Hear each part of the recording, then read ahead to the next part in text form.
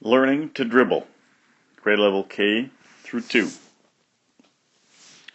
For this game, you're going to need any type of ball that bounces. It has to be large enough for the kindergarten student to handle, so a tennis ball would be too small. Plenty of hula hoops and noodle slices. The objective of learning to dribble is to expose grade levels K through 2 to basketball manipulation and dribbling, as well as developing color recognition and simple addition.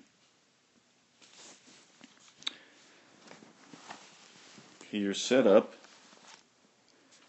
will consist of placing the hula hoops,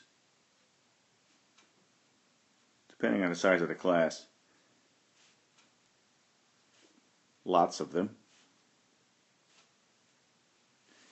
and you put your noodle slices inside of the hula hoops.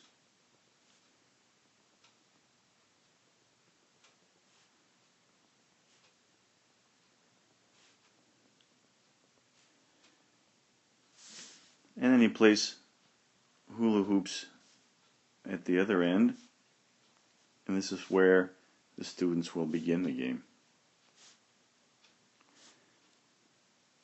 You need to have as many bouncing balls as possible, that each student has a ball, so they're all moving at one time. And the object is for the students to bounce the ball the best they can down to one of the hoops with the noodle slices. Pick up a noodle slice and either bounce the ball back, or they can run back, skip, hop, gallop, whatever you choose. You begin the game with music. Once the music stops, the children stop. And then they can count the noodle slices in each hoop. They're not necessarily divided into teams. They can just count, break it off, and go to a hula hoop and count the noodle slices.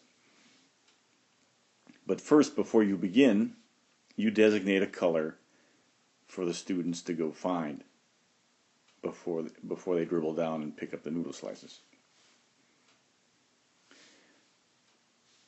As was said, this activity emphasizes color identification and counting. Have the students retrieve specific colored noodle slices and return them to the color-coordinated hoop. After each round, have the students count the noodle slices. And variation could be to have the students retrieve a specified number of noodle slices or multiple colors.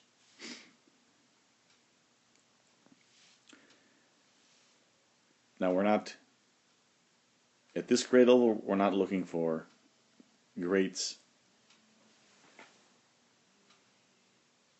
skills.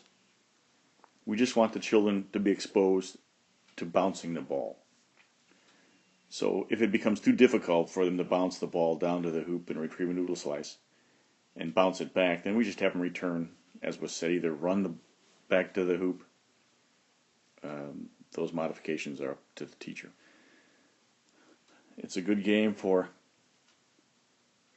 some cardiorespiratory endurance development, and the kids most certainly will have fun doing it.